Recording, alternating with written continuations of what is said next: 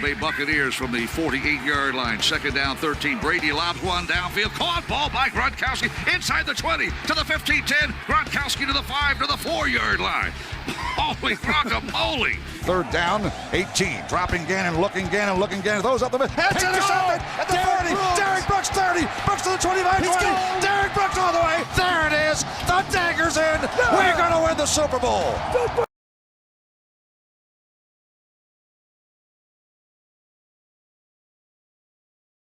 Tampa Bay Buccaneers, and you're listening to the Cannon Fire Podcast. Cannon Fire Podcast, brother. You ain't listening, and you're missing out. Woo!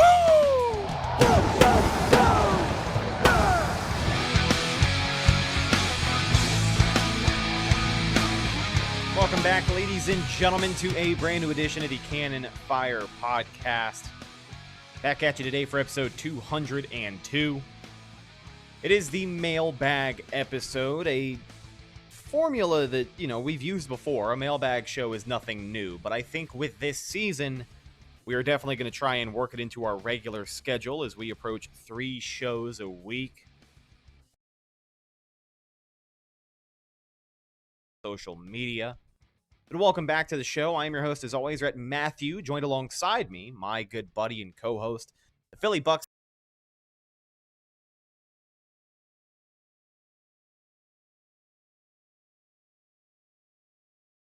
And the Ravens last night, and a crazy game, but it finally feels like football is back in full swing. So let's ride. How do you think James is feeling with his fantasy team right about now? What were his quarterbacks again? He had Ryan Fitzpatrick as his starter. I think Zach Wilson and Derek Carr on his bench.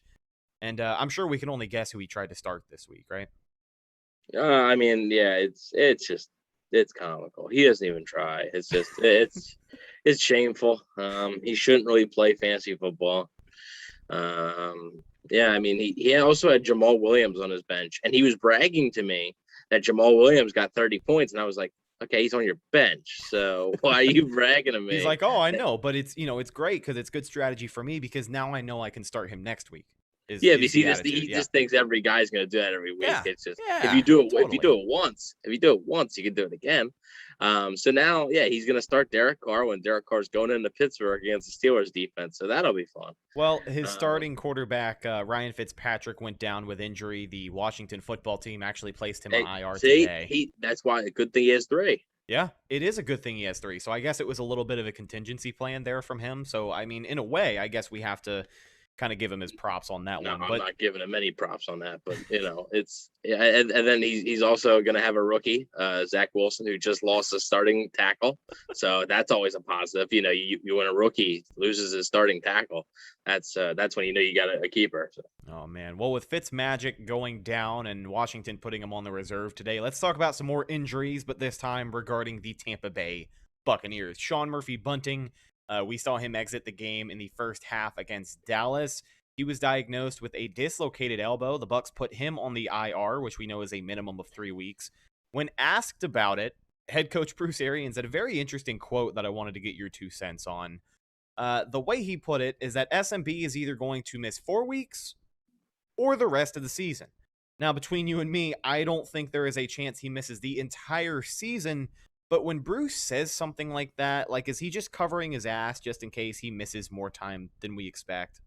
I think so. I mean, I don't really expect him to miss the season either. So Bruce Arians is basically saying, I thought the quote was super weird.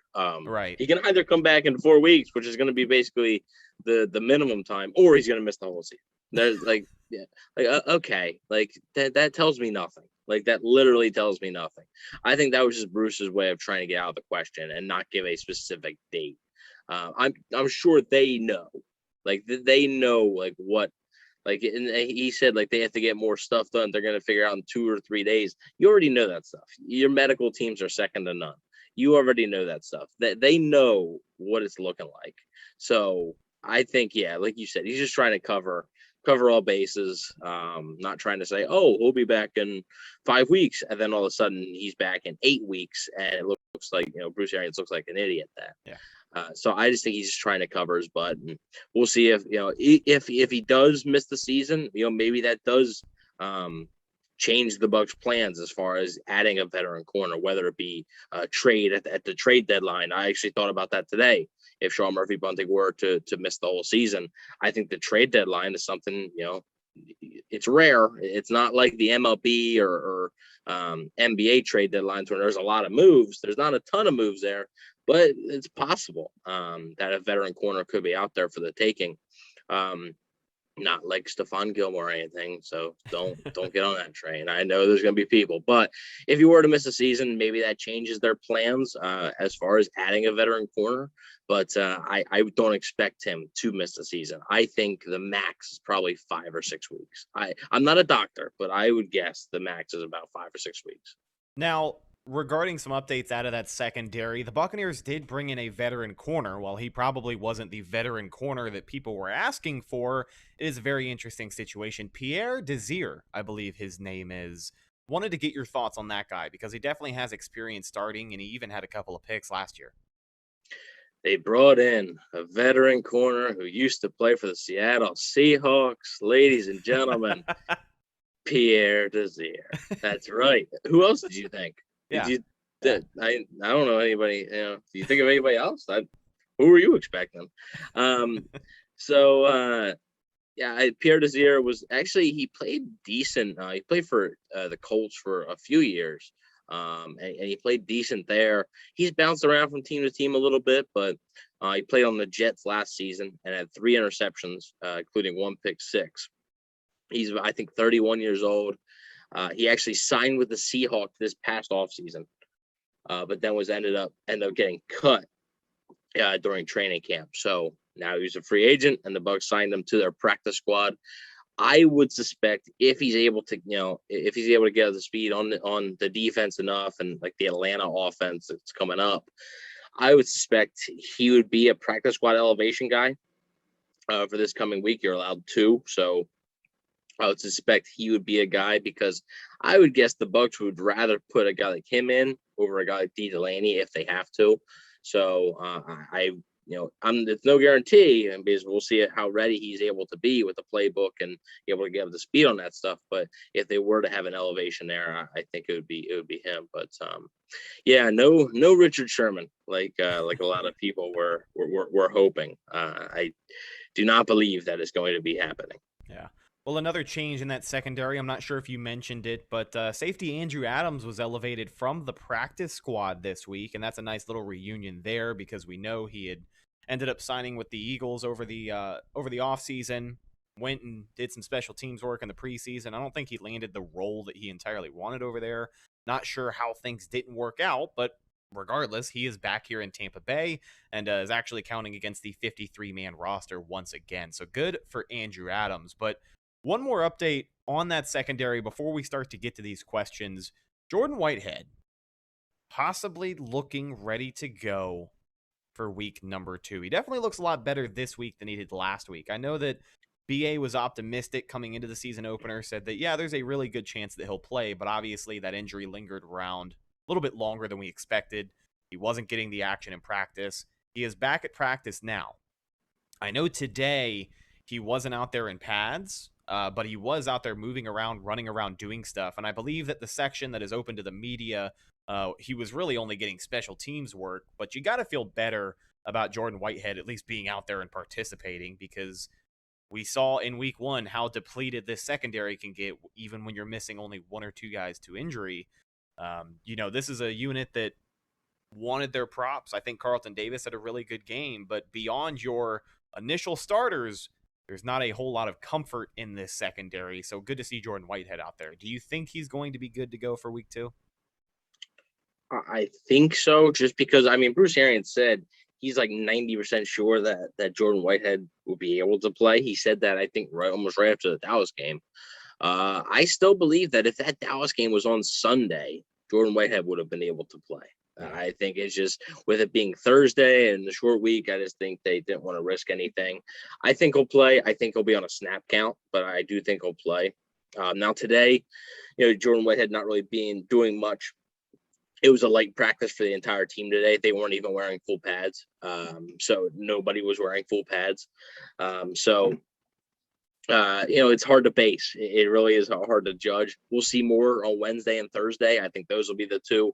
I mean, if he doesn't participate Wednesday or Thursday, then I would guess he's not playing. But I would guess if he's limited, he'll probably be questionable going into the game, but I think he might give it a go. Yeah, you'd love to see it. Now let's go ahead and get into these questions. This is an assortment of emails. You guys can actually send us an email at any time, cannonfirepodcast@gmail.com. It is not strictly reserved for the mailbag show, but it is definitely appreciated when we need to find some content. We also throw some stuff up on Instagram and Facebook, Twitter, all of that, question and answer type stuff occasionally. So go check us out there at Cannon Fire Podcast. Best place to go for updates on the show. And of course, Buccaneer news as it happens. So let's get to our first question. We will keep the conversation on this secondary because it seems like that's the hot topic this week. I mean, with the injuries and the performance that they had in week 1, let's go ahead and break this down and start getting to these questions. J_Maya on Instagram, who also has a YouTube channel, Bucket With Your Girl, if you guys want to check her out. Gave her a shout out on our community tab on our social media. She is just, getting her channel up off of the ground, so make sure you go check that out. But she brings us this question. Should we be concerned for the secondary if they have a repeat performance against Atlanta? Now, with what we know about Atlanta, I know it's only been 1 week, and it's, week 1, the day after is usually overreaction Monday. But let's talk about Atlanta and let's talk about this secondary.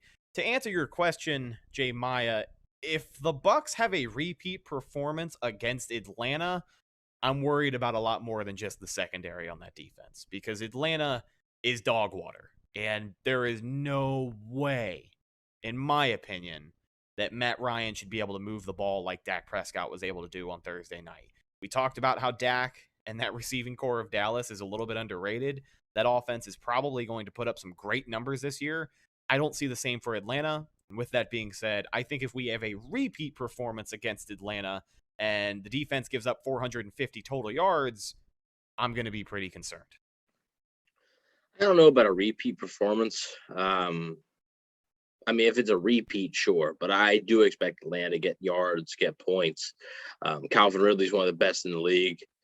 Kyle Pitts is still, I know, I was like, Kyle Pitts, whatever. He's unproven, and we know he is.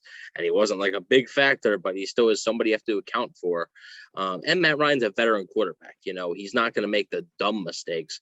He might make some mistakes, but he's not going to make them dumb, boneheaded mistakes that would really cost you a game. The avoidable stuff. Yeah, he's going to take the safe route. He's going to play it safe. He's going to try and put his team in the best position to win. And he's not going to have many turnovers.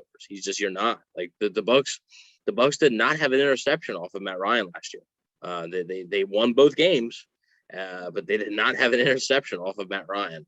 He just doesn't really throw a lot of them. So he's going to take care of the football, I think. But yeah, I mean, if it's a repeat performance, yeah. If it's like the same exact thing, just because the biggest difference is the Cowboys' offensive line is still decent, while the Falcons' offensive line is probably a bottom 6 or 7 unit in the league with a bunch of young players. And I just think the Cowboys had a great game plan, right? But the game plan also helped with their offensive line playing really well. I think even if Atlanta comes out with that same game plan and the Bucs are still playing a little passive, I just think there's going to be some spots where the Bucs pass rush is just going to be able to get there against Atlanta where they couldn't against Dallas. So, yeah, I would be concerned if it was a repeat performance, but I also wouldn't expect a total domination just because Atlanta scored 6 points last week. They're going to be plenty motivated to go out and actually score a touchdown. Yeah. No, I think if that first half, even if it's a first half where the Falcons are moving the ball pretty easily, I have enough faith that the adjustments made after the half are going to be enough to really slow them down because in my opinion, I think that's where the Bucs are going to win a lot of their games this year is the second half. But I don't know, man. Like with Atlanta, their offense, Matt Ryan can sling it, but I just do not think that they're going to be able to do a whole lot to this Bucs secondary this week. Even with the, missing Sean Murphy-Bunting, Ross Cockrell kind of stepping up in there. You don't know if it's going to be Mike Edwards or Jordan Whitehead predominantly, but I just like to believe that If they put up over 400 yards on the secondary, then something is wrong. Because even though Atlanta has an offense that can move the ball, I don't know, man. I don't see something like that happening. So I would definitely be concerned if it's a repeat performance. Let's make that very clear.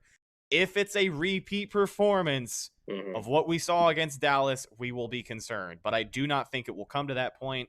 I don't think Evan thinks it'll come to that point either. But of course, we have to wait and see. And we'll get more information on Atlanta with the game preview a little bit later this week. Now, another question regarding this secondary comes from Josh.Young on Instagram. And this has to do with the Falcons offense. We won't go into too much detail because, like I said, we do have the game preview coming up, but it's worth mentioning. Is the Falcons offense bad, or do we expect a similar pace to last year? Because let's not forget, when the Bucs played in Atlanta, they found themselves in quite the hole in the first half. Luckily, they were playing the Falcons and were able to dig themselves out of it to get the win. But, you know, I talked about not expecting Atlanta to be able to move the ball on us, but let's face it, Matt Ryan finds ways to make it happen, and he usually does, even when Atlanta sucks that year. Their offense is usually pretty okay at moving the football. But what do you think? From what you saw, you know, week one, you really didn't see very much. 6 total points for Atlanta, and Matt Ryan was just, I think I saw a tweet that said, like, Matt Ryan would have been safer in the parking lot that day than he was on the field. What do you think of this Falcons offense? Are they really going to be able to move the ball on us like that? So, I mean, yeah, people forget that the Falcons put up exactly 27 points in both matchups last year versus the Bucs. So the Falcons also only won 4 games last year, despite having that really good offense. Okay. The Falcons offense isn't that bad. It's not as bad as what they showed on Sunday against Philly. It's not. It's definitely not as bad as their defense. But it's also not as good as like it's been in years past, just because the offensive line just looks like a complete mess. That's the biggest thing to me. Their offensive line looked awful. I mean, Philly, the strength of their defense is the front seven. But guess what the strength of the Bucs defense is? The front seven. So I just think it really plays into the Bucs' favor there. The Falcons are, I'm pretty confident. You people can call me a hater or whatever. I'm pretty confident the Falcons are probably going to score a touchdown on Sunday, just because they're an NFL team, and that's what NFL teams do. Like I said, they didn't score. He scored 6 points. I think they're going to score more than 6 points. Yeah, I don't think the Bucs are going to shut them out by any means. I mean, they're going to score more than 6 points. Okay, the offense still does have talent. It still does have Calvin Ridley, Russell Gage, Kyle Pitts, and like we talked about earlier, Matt Ryan. So we're not really going to get too much into it because that's for later this week. That's for Thursday or Friday, whenever that may be. But like I said, I don't think they're that bad. They're not as bad, but they're also, I wouldn't expect the Falcons to drop 30 on the Bucs, but I also wouldn't come out and expect them to, the Bucs will just still allow 3 points. No, I wouldn't expect that. I think it's going to be, the Falcons are going to score points. It won't be they won't have nearly the success that Dallas had, but they also won't be nearly as bad as the Falcons were against Philly. So, and I think it's really important to mention, you kind of touched on it at a little earlier, but the battle of the trenches this week. I know I was all hyped up about, Zach Martin not being ready to go for Dallas in week 1. I thought these guys were going to eat, but Connor McGovern stepped in there, and you probably couldn't tell the difference between him and their usual all-pro right guard. Dallas has a great offensive line as a unit, aside from just that one Hall of Famer who is on the reserve list that week. Taking a look at Atlanta's offensive line, I'll say it again this week, and I mean it much more than I did last week, because let's just face it, I was wrong when I said this on the game preview a week ago. But there is no reason that our guys should not get to Matt Ryan more than one time, and at the very least, keep him on his ass for the entire game, right? Like, keep him unsteady in the pocket, force him to move around, go through his progressions, extend those plays, get your guys in the secondary in a better playmaking position, or at the very least, hit the damn quarterback, because that's what's going to cause mistakes. That's what's going to cause this offense to stall out. And I think that there is a great chance Tampa Bay is going to be able to do that this week. But that's the huge difference between like Atlanta moving the ball to Dallas moving the ball, because we know Dallas has very talented players at the skill positions, but the offensive line, those are the guys that make their money up front, right? To block for Dak Prescott, you have to be among one of the best. And it's been like that in Dallas for years. And we know that because that's how they played in week 1. One more question regarding the secondary, and then we'll move on to some other ones. I just wanted to make sure that, while this is the hot button topic, we get out in front of it and talk about it. Young Cart on Instagram, great username, brings in a question that I think I'm just going to give you the floor for this one because I feel like you get frustrated with these kinds of people. You already addressed them once in the show, but the people who want Richard Sherman, Stephon Gilmore, these big name corners that kind of aren't realistic and probably wouldn't mesh very well with the culture that this young secondary already has. His question is this: why won't the Bucs look at someone like a Richard Sherman as a vet presence in the secondary, Evan? Simply because this isn't Madden, and we're not playing with Monopoly money here. Well, people said that last year, and then all of a sudden we get Antonio Brown, so maybe this is Madden for the Bucs team for peanuts. Yeah, yeah, that's true too. And maybe Richard Sherman would cost peanuts, maybe. Who knows? But as far as Stephon Gilmore, one, you have to trade for Stephon Gilmore, so you have to give up assets. Two, the only reason that New England might be trading their number 1 corner, he wants a new contract. So not only do you have to give up assets, but you also have to pay him the money that you don't have. So are you going to let Carlton Davis walk then and sign Stephon Gilmore? Like, I think people say these things and then they don't think about the repercussions that may happen with them. I'm not saying that a veteran corner doesn't come in, right? We've already seen a veteran corner kind of come in, right? I'm just saying I wouldn't expect it. For one, Richard Sherman isn't what Richard Sherman was 4 years ago. Oh, yeah, no, definitely not. He's still a good player, but he's not what he was 4 years ago. And Stephon Gilmore is actually injured right now. So, the trade deadline, I think, is around week 8. Maybe you see the Bucs hunt for a veteran corner. It's not going to be a guy like Stephon Gilmore. It'll probably be a veteran who probably has an expiring contract and is just basically a rental that is going to be there to just try and win a championship and to try and help out. If they add one, I still don't believe they're going to add one because I think Sean Murphy-Bunting will be back sometime this season and they're going to roll with the group they have. But yeah, it's just not going to happen. Like I know that we said this about, whenever you say that to people, they say, well, you said that about Tom Brady and you said that about Rob Gronkowski and you said that about Antonio Brown. Are we just gonna do that for every single thing now then? Are we going to, the Bucs are gonna trade for Christian McCaffrey? And then I say no, they're not. Got some guys who can't catch out of the backfield, Ronald Jones and Leonard Fournette. That's exactly. Okay. Get CMC in there. Sure, no problem, right? No problem with me. No problems with me. Like they can say anything, and then you say that's not going to happen. They say, well, you also said this wasn't going to happen, and it did. Like, can we stop going back to the 3 outliers in this? Right, the 3 very specific situations. Rob Gronkowski and Antonio Brown, especially, were 2 extremely specific situations. Okay, that the cards just fell at the right time. I also want to say, and just put on the record for the reputation of the podcast, for what little reputation we have around here, I don't think you and I ever said that Brady wasn't coming to Tampa. As soon as the report from Rick Stroud came out that the Bucs are going to pursue Tom Brady, I was like, all right, this is going to happen. I was never one of those people that was in doubt. You didn't think I don't think anybody thought it was going to happen. Yeah, right after that report, you didn't think, he's going to be in Tampa. But I was never on this show banging my chest saying he wasn't going to be here. Everyone definitely knew who their target was. Everyone knew, and and we covered it. So you can go back and listen to the few episodes before he signs. You can go back and listen to them; they're available right now. So, but it's not going to happen. It would be nice if you can get Stephon Gilmore for a 5th round pick and then not have to give him a contract extension. Sure. Absolutely. Pay him more voidable years. That's not the situation we're in, it's going to start to be, the Bucs are going to have some some cap issues, like they are, and a move like that is what really hurts you. Obviously, Richard Sherman, it'd be a 1-year deal. It would probably be it wouldn't be for a ton of money. I mean, the season's already started, but at the same time, I don't know, like how much does he actually have left? And he has some off-field issues right now that haven't been resolved yet.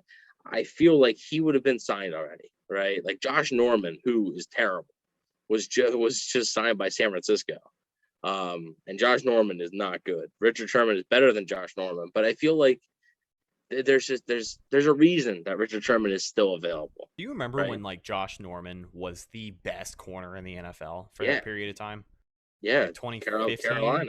Carolina. Bucs QBs know that very well. Yeah, right. So it's stop. I get it, right? Like I get it. You always want to, you're looking at the free agent list and you see a name, right? You see Richard Sherman, and then you're looking, they might trade Stephon Gilmore, the Patriots. It's not realistic, right? It's really, especially the Gilmore stuff. Because the Gilmore stuff, you got to give. He wants a new contract. Yeah, I don't know where people are pulling that out of. Every now and traded. Again. I think it's just because Brady. It's just because Brady was a Patriot and Brady came to Tampa, and Gronkowski was a Patriot and came to Tampa. They just think that just because Brady's here, that means that every other good Patriots player is just going to follow. And that's not the case. Yeah. Let's go ahead and get into our next batch of emails. This one comes from Emily Compa, and the tagline is "Experience where it counts." I kind of like the direction this one is heading, and I'm curious to get your thoughts. Hey guys, Emily Compa here. Correct me if I'm wrong in saying this, but it's mostly Tom Brady, Rob Gronkowski, Antonio Brown, and guys like Ryan Suckup coming through in the harder games, ? Their leadership and experience is really showing when it's crunch time. As much as I love this team of ours, the way it was before they were acquired was a non-playoff team. I'm not saying we didn't have the pieces to do it. I'm just saying we didn't have the smarts where it counted to break that line between pack your bags and making it to the next level. And this is a really good point because I think it's important to remember we talk all the time about the ridiculous talent that Tampa Bay has. Like, that's why Tom Brady chose to come here, because of the talent and the potential that these guys have.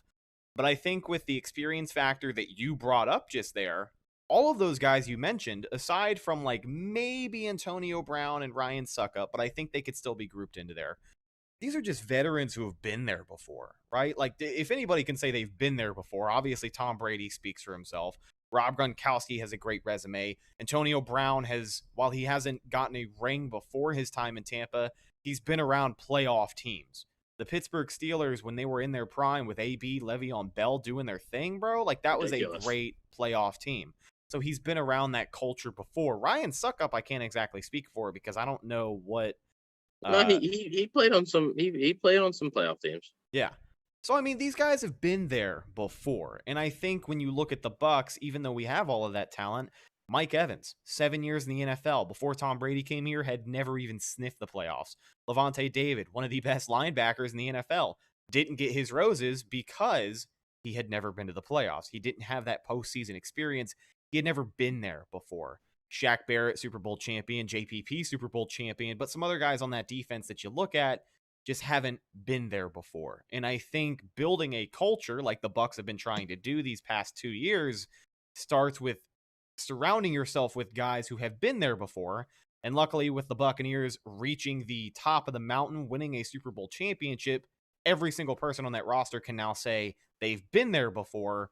But I wanted to get your take on what Emily brings to the table. I think it's a great point.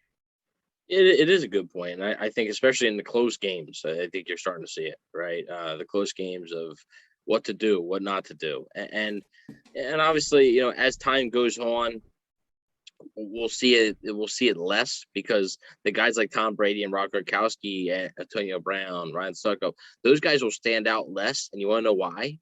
Is the rest of the team is experiencing the same thing. So now they know what to do in that situation. Everybody on that roster now, but obviously, aside from the rookies and like Giovanni Bernard, every single person knows what it takes to win a championship now.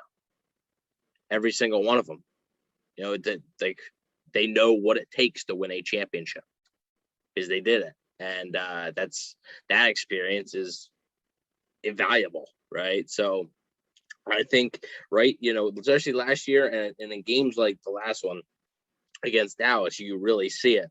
But I think as the games go on, you're going to see those guys like Tom Brady and stuff, not necessarily performance-wise, but like the situational and knowing what to do and being there before. You're going to see that stand out less and less. It'll still be there, but it'll stand out less and less because everybody around them now also knows what to do. Everyone, Mike Evans and Chris Godwin, they know what to do in a 2-minute drill now, right? Not like they, obviously they knew how to play football before, but like they know how to execute a successful 2-minute drill to go and win the game, which was an issue in Tampa in years past, right? The offensive line, they know what they got to do. The running backs, they know what they got to do. The defense, they know when a big drive is needed to get a big stop, right? To get the big turnover. They now know that. The special teams, they know when, hey, Bradley Pinion knows the people's champ. He knows he's got to pin him down there. Right. He's got to pin him. And obviously he's trying to do it every time, but like it's more situational awareness because these guys are experiencing this. Exactly. Every single person on that roster, whether it's a Devin White, Levante David, like you said, Levante David was the veteran and he'd never been to the playoffs even. No, not one playoff game. And then he wins a championship. So it's an invaluable experience. Thankful for, Tom Brady and Rob Gronkowski because those guys did bring those types of experiences and situational awareness to the team. But I just think, like I said, I think it's going to be standing out less and less because everybody else is going to have that same exact experience. And now they're going to know how to win. Yeah. They finally know how to win and what it takes to win. And that is the number one key in football. And it's also not so much about, like you said, they didn't know how to. It's not like they didn't know how to do it before, right? Like Chris Godwin knows how to perform a 2-minute drill. The guys on the offense know what they're doing. The guys on the defense, when they have to make a stop, they know that. But situational awareness combined with like these expectations for yourself as a player, I think is what factors into this. When you've been there before and you know that this is what's expected from you, you're not going to get off of the field unless you meet those expectations. Like if you're on defense and, the Cowboys are driving, let's just say let's flip the situation from the end of the game, right? The Cowboys are driving, they have a 2-minute drill, kick a field goal, they win. The defense knows that the expectation is no points. And, when you have that level of not only communication, but experience and just wherewithal that everybody understands each other, that's the expectation. And if you don't meet the expectation, you're probably going to lose a football game. Yeah, and things don't always go their way. The defense did give up the field goal, right? In Chicago last year, the Bucs had a 2-minute drill to win the game. Didn't get it done. Not everything's going to work out.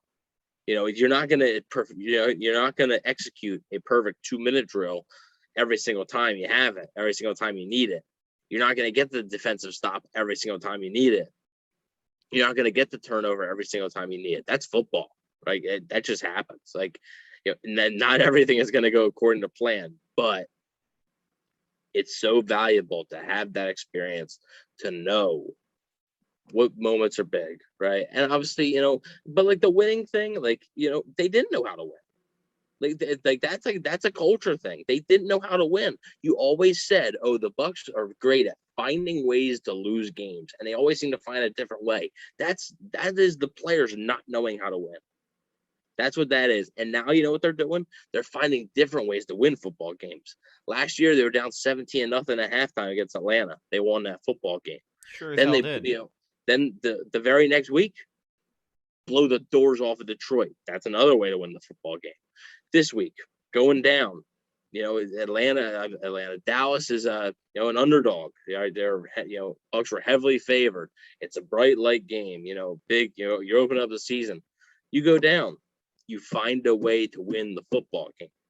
And that's what they're doing now. That's how I know that this team and the players on this team have finally learned how to win. Because beforehand, they didn't know how to win. It would always be something crazy that would happen, whether it be Matt Gay versus the Giants, right? Doing everything else right, missing the kick, losing the game. That's not knowing how to, and that's not knowing how to win. You didn't win the game. And it's so nice, and it's such a breath of fresh air to see a football team that finally understands how to get the job done. Yeah. I mean, one of those crazy ass things that happen, I think, could be grouped into Chris Godwin fumbling on the 2-yard line. Literally, that would have been it. That would have been the dagger for any Tampa Bay teams in the past. And I'll wrap it up. We even thought it was. Yeah. There was some, we were like, oh, like that's, we text each other. We were like, that might do it, because we were like, that is just so like 2010 to 2019. That is just so Bucs. Yeah. You know, that touchdown ends the game, but nope, you can't even get a field goal out of it because he fumbles. One more thing I'll say to wrap this up, and call me biased, call me a Brady fanboy. Maybe it's this part of it coming out of me, but somebody else said it on, I believe, our post-game video. Somebody had commented and said that if you had any other quarterback in the NFL, I don't know if the Buccaneers win this game. And I kind of agree with that statement, only because you think about everything that this Bucs team has gone through over the last season, right? Tom Brady being brought in, changing the culture. Bruce Arians, from even his first day in 2019, has been working pretty hard to get this Bucs team where they are right now. And I only say Tom Brady because that's, you know, obviously the quarterback the Bucs chose, and he chose Tampa Bay. But I think it's just the perfect analogy for this situation. You know, Tom Brady, that's why he's on your team. We talked about this way back last April when they signed him. This is why you sign him. Because let's face it, any other quarterback the Bucs have had over the last 10 years, I don't know is going to flawlessly execute a 2-minute drive like that. With limited timeouts, mind you, right? And then at the very end of it, he has enough time to throw 3 straight incompletions to run the clock down so the Buccaneers can squeeze as much time left, get out of there, kick the game winner, and go home. I just don't know if that happens with any other quarterback. I know, obviously, you can put Patrick Mahomes in there and say that, yeah, he can do stuff like this. And sure, physically, there's other QBs who can do it. But with the way that this Bucs team has been built and Tom Brady being the catalyst for all of it, I don't know if there's another quarterback who can go in there and do that with these guys, because we just talk about, you know, the way that he elevates everybody around him. And that's kind of what I think this whole, you know, last 10 minutes have been talking about with Emily's question. But we'll wrap it up with this. I just wanted to, you know, kind of throw that out there, I guess. The only one you could make the argument for is Mahomes. That's pretty maybe much Aaron it. Rodgers, but his week 1 performance was garbage. He's the one who lost me my goddamn fantasy matchup this week, Evan. Maybe Russell Wilson, maybe. But like, yeah, Tom Brady with like, if for this particular also, how'd you like that L? I didn't. Not at all. We play. Do we play each other again this year or no? Just if we get to the playoffs. I'm not sure. I'll have to check. Okay. I will check. So our buddy Fisher, though, he was talking a big game. He got blown out. So, oh my God, did he really? Yeah, he lost by almost like 40. So Fishy, you gotta step it up, buddy. Peloton boy, you gotta step it up. Man. So yeah, it's, you know, maybe you can make a case for those guys, but like you said, for this particular situation, it's almost like, you know, kind of perfect. To have that guy. Yeah, and it's exactly right. We've said it a lot. You know, that's why, you know, obviously you bring Tom Brady in. Technically, what you brought Tom Brady in for, he's already done. Which is kind of crazy. Just bring him in for the 2-minute drills. Let me clean that part up. Like what you brought him in for, he's already done. He's won your world championship. But you also bring him in for moments like that.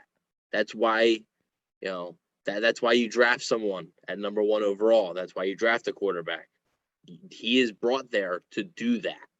That is why you get that guy. If you want a basic true 2-minute drill when you're going to go 7-10 in a season, sign Andy Dalton, you know, and you what you sign, that's what you'll get. Like, you know, it won't be terrible, but also don't expect anything spectacular. You sign Tom Brady. You draft Jameis Winston at 1 to try and get moments like that. That's why you do it. That's why the Bengals drafted Joe Burrow at 1. The Jaguars drafting Trevor Lawrence at 1. You know, the Rams trading for Matthew Stafford, right? The Broncos signing Peyton Manning. That's what you're chasing. And that's exactly what Tom Brady is delivering right now. Hell yeah, man. Let's go ahead and move on to our final question. And then, of course, we'll close out with Evan's take bag if you have one this week. But this is a bonus question, I guess, also from Emily Compa. But the question more so from her husband, Joseph. who also says hi, by the way. Joseph is the one who got Emily into watching the show, and she said she is extremely happy for that, and she loves the show. So thanks for your question, Emily. Let's go ahead and get to this one. Shifting the topic over to the tight end room. We've had this discussion before, right? I feel like we have it once every 3 months. My husband, Joseph, insists that O.J. Howard should be traded. I say that O.J. will make the difference in some of our games this season and some big catches during crunch time games, but what do you think? Should O.J. Howard be traded? Because obviously he didn't bring very much to this offense week 1. A lot of people say that we can do just fine without him, and he has, without a doubt, been a controversial topic for Bucs fans these past few seasons because of the injury history, not being able to finish out a season, and just the lack of overall production that the Bucs thought they were going to get when they got him at pick number 19? Yeah. So it's tough because I would say if they're going to trade for a veteran corner, maybe O.J. Howard is a part of that deal. Maybe it's like O.J. Howard and like a 4th round pick to somebody for a veteran corner. So you think it's a possibility we could see him traded before the deadline? It's a possibility if he keeps playing 6 snaps a game, just like he did against Dallas. I mean, if he's barely out there, who knows? And he's a free agent after this year. The Bucs, this is his 5th year option year. So the Bucs, he is a unrestricted free agent. So if the Bucs decide, hey, we're probably bringing Gronkowski back, we can just bring back Cameron Brate and just let Howard walk. Why not try and get somebody who can help you in another area at the trade deadline? Get some more value for it now than you could at the end of the season.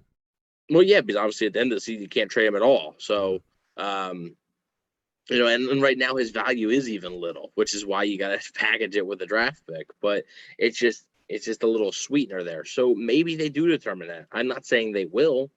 And I still think OJ is a good player. I do, but gotta get on the field, man. Gotta get on the field and limit the mental mistakes. I think that's been a bigger issue than the actual injuries. Even he'll have some decent plays, but then he'll just have one boneheaded mistake that you're like, can't happen, and it either results in a turnover or it's a key drop or it's a key missed block. He's so close to being so good, but he's not there yet. The Bucs are trying to win now. They can't wait for him to get there. So if they determine by week 6 or 7, like, hey, Howard ain't gonna work, let's start, and let's say Sean Murphy Bunting is gonna miss a little bit longer, right? Maybe they say, well, we can maybe call this team up who needs a tight end. I might want to take a flyer on a young guy like Howard in their offense, and we can ask for this corner. Maybe something like that happens. That's the only trade scenario I would see. I do believe there has been attempts in the past to trade O.J. Howard. They've always had a pretty high price tag on him. That has not changed. Obviously, now the price tag will be probably a little bit different because of his injury history and stuff, and now him being a free agent after this year.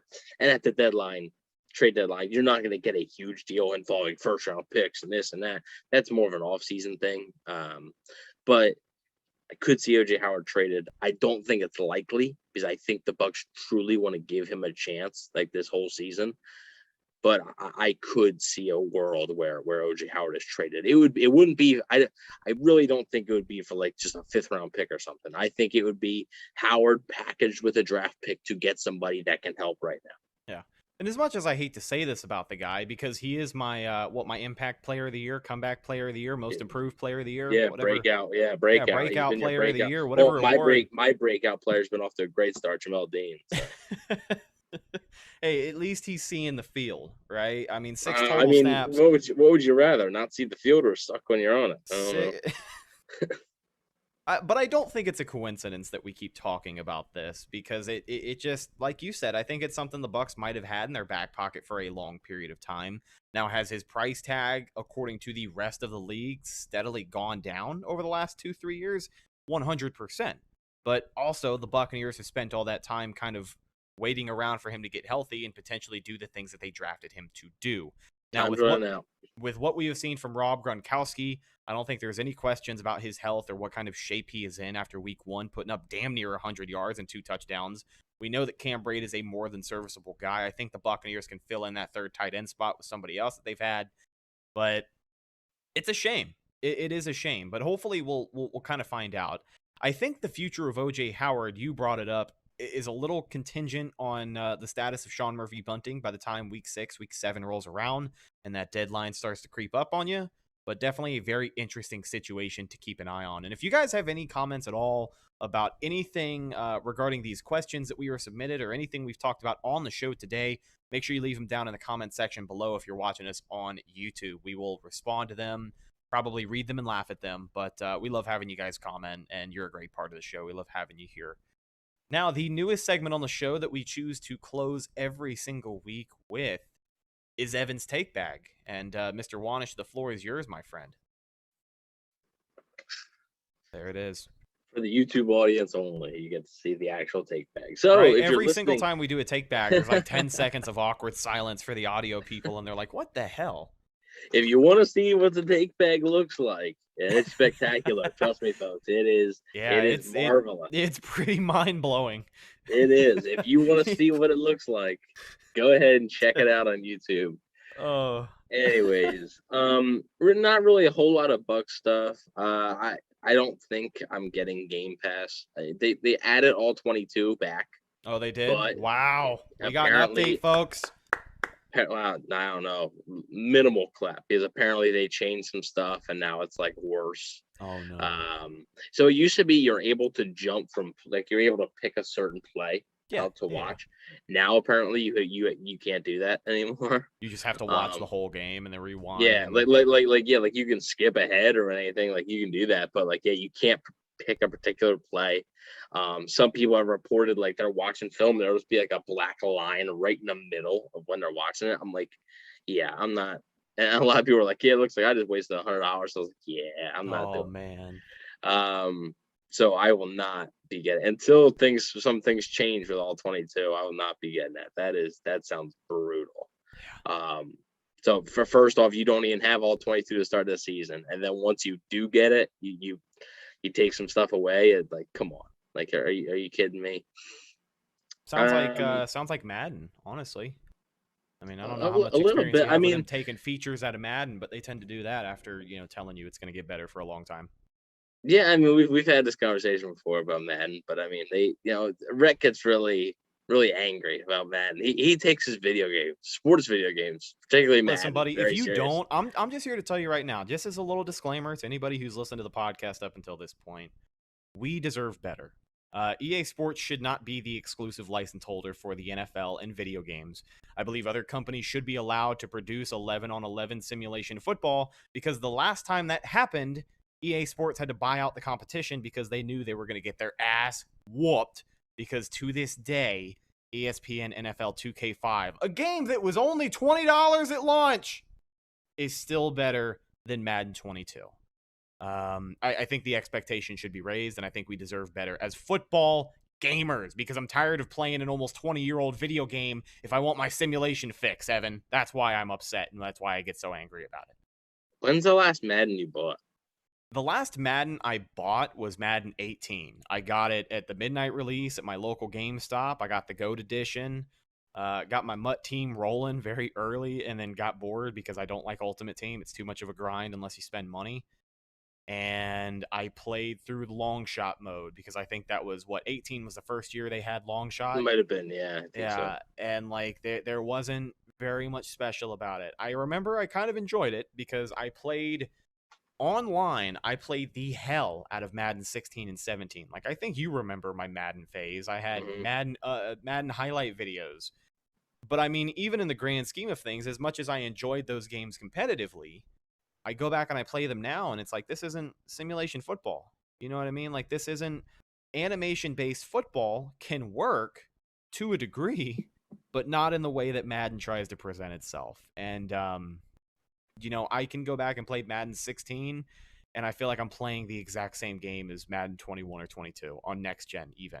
Like, it just, for me, I know the technology was very different, but when I was growing up, Like I went from Madden 03 to 04, and I remember 05 came around, they introduced the hit stick, right? That was a huge deal. I remember Madden 06 came around, they introduced the QB vision cone. That was kind of a big deal. Even though I didn't use it, it was still a cool new feature. Every single year, their franchise got better. I don't know if you played the old PS2 Madden franchises, but they used to have something called the Tony Bruno Show. And Tony Bruno would do a weekly radio show talking about players negotiating for contracts, who won big that week, who got their ass kicked. Like, I remember he talked about Michael Strahan was negotiating with the Giants for to be the highest paid NFL defensive player at the time. And, you know, training camp is coming up and we're just going to have to see what happens, but he's ready to play no matter what. Like, these are all things that I remember from my gameplay experience because I couldn't find it in other games. And then Madden nowadays, bro, like, I've played franchise mode from Madden 18. I played it in 19. I didn't play Madden 20. I skipped that one. I have been playing Madden 21 on next gen. Madden 22. I played franchise in all those, and it's just it's the same thing. Like Madden 22. Didn't they just promote and tout that you can sign assistant coaches again, even though they're not licensed assistant coaches? Bro, back in Madden 06 and 07 in franchise mode, you could sign whoever the hell you wanted to be your offensive and defensive coordinator. All licensed names, all different playbooks, all had different effects on your team. Let me wrap up this rant by saying this, because I've been going on for way too long about football video games, but like, the expectation for Madden is just so low that it's insulting to the player base and the people who still legitimately care about Madden.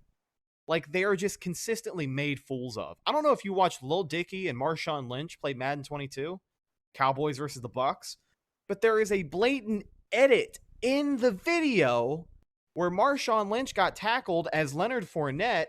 Leonard Fournette laid down on his back and then, like, stood back up, broke the tackle, and then the play was whistled dead. And in the broadcast, there is just this awkward-ass edit where they black the screen out, and then they show Marshawn Lynch's reaction. They show the girl who was hosting it, whose name I forget right now, but she said something, and then boom, we move on. Like nothing ever happened. I think they just think we're idiots, and we deserve better from our video games, because you look at the state of every other sports video game right now. I don't know why 2K players complain the way that they do. Have you seen the depth in those games, bro? Like, come on, dude. Let me take a deep breath. Let me step down off of my soapbox. Sorry, ladies and gentlemen, for, I know you're listening to a Buccaneers podcast, but we had to, it's the very end of the show, right? It's the take back. There's my contribution. There you go. Madden sucks, and it will be trash until EA is no longer the exclusive rights holder of NFL football, of NFL video games.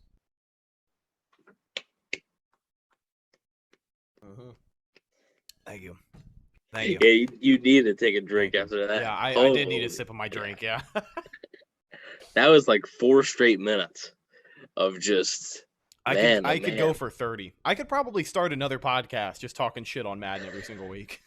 Oh man. Well, I guess the last thing about the mailbags would be pretty quick. Don't worry about Mike Evans. Whatever. Like, oh yeah, I saw a lot of people freaking out. He had more catches and more yards in this game than he did in Week 1 in New Orleans last year. Still got 1,000 yards. Relax, okay? Chill out. He had 1 catch for 2 yards in New Orleans last year. Yes, it was a touchdown, but it's 1 catch for 2 yards. This year, he had 3 catches for 24 yards. Relax. 3 times the production already, man. He's gonna get his. Relax. That ends it. That's we got a bonus because we also got Rhett's whole. I mean, just Rhett basically a breakdown of the entire Madden franchise. I'm sorry. I apologize. No reason to be sorry, but like, whew, man, we should call it like the Madden minute or something. I might take that clip and turn it into something else, because like, yeah, dude, I could go on all day about Madden. And there's other YouTube channels that do. If you guys want to check it out, I think Ryan Moody is one. Ryan Moody 21. Set the Edge just talked about it before. Sports Drink TV does a lot of videos about the decline of the Madden franchise. If you have the spare time and you're interested in stuff like that, make sure you go check it out, because those guys do a way better job of breaking it down than I could. But the state that NFL gaming is in nowadays is in shambles, and I do think that we deserve better. One more thing I will say regarding the Mike Evans tidbit, I like that you brought that up, because I know that, like, even I was asking myself after that first game, like, Mike kind of looked out of it. And I will say that some of the targets he did get, he did kind of look not entirely ready, but also let's just chop that up to week 1 football, right? Mike Evans is going to get his this season. There are going to be games where the defensive coordinator for whatever team they're about to go up against probably spent a lot more time in film talking about how to slow down guys like Antonio Brown and Chris Godwin. Yes. To where Mike Evans isn't going to have 2 to 3 guys on him the entire game. Because it seems like most of the times when we see Mike Evans... He's double teamed every play. Exactly. Whenever we talk about Mike Evans not having a huge day, it's because there were just guys on him the entire game. So hopefully... Yeah. There will be games where Chris Godwin has 3 catches for 20 yards. Like, there will be games where Antonio Brown, you don't even remember if Antonio Brown played. Like, there will be games where Rob Gronkowski doesn't have a catch. Like, those games will happen. It's just the nature of the beast. And when you have a high-powered offense like that, only one football and there's only 4 quarters. So yeah, very, very true. But ladies and gentlemen, that's just about going to do it for this week's episode of the Cannon Fire Podcast. Thank you to every single person who sent in questions, takes, whatever it may be regarding the Cannon Fire Mailbag. Looking forward to this to be a pretty regular part of the show as we get back to 3 shows a week here in the regular season. We will talk to you guys a little bit later this week. Now, I know at this point you guys probably think we have commitment issues as far as the schedule goes, and that's just because of my day job. It kind of ruins any planning that I might have for my schedule that week. But either Thursday or Friday, for sure, like, it's going to be one of those 2 days, I promise you. It's not going to be Saturday. It's not even going to be tomorrow, Wednesday. Thursday or Friday, we're going to be back on our game preview show. We might even have a special guest with us. Who knows? But we will talk to you guys more about the upcoming matchup with the Atlanta Falcons, and we'll break down all the latest news at that time. Make sure you follow the show on social media, Facebook, Instagram, and Twitter. All of those are Cannon Fire Podcast. Best place to go for updates on the show. And, of course, Buccaneer news as it happens. Speaking of Bucs news as it happens, you can follow my co-host Evan on Instagram at Bucs_daily, the #1 Buccaneers fan page on Instagram, rapidly approaching 30,000 followers. You can also find Evan on Twitter at EvanNFL, where he will not follow you back. But I'll tell you who will. That's myself. Instagram and Twitter at Rhettakus, RHETTAKUS. If you follow me, I will follow you back. Let's chop it up. Let's talk some Bucs. I am down whenever. Hell, send me a tweet about Madden, right? If you have any thoughts about the state of Madden, leave them in the comments down below. Send me a tweet. We'll talk about it. That's what we're here for, right? Thank you to everybody who checked out the show this week, and thanks for listening to this episode of the Cannon Fire Podcast, brought to you by our good friends over at betonline.ag. I am your host, as always, Rhett Matthew, signing off for my co-host, Evan Wanish, and like I said, we'll talk to you guys a little bit later this week for our game preview show. Excited to get to it. We'll talk to you next time. Until then, and as always, go Bucs.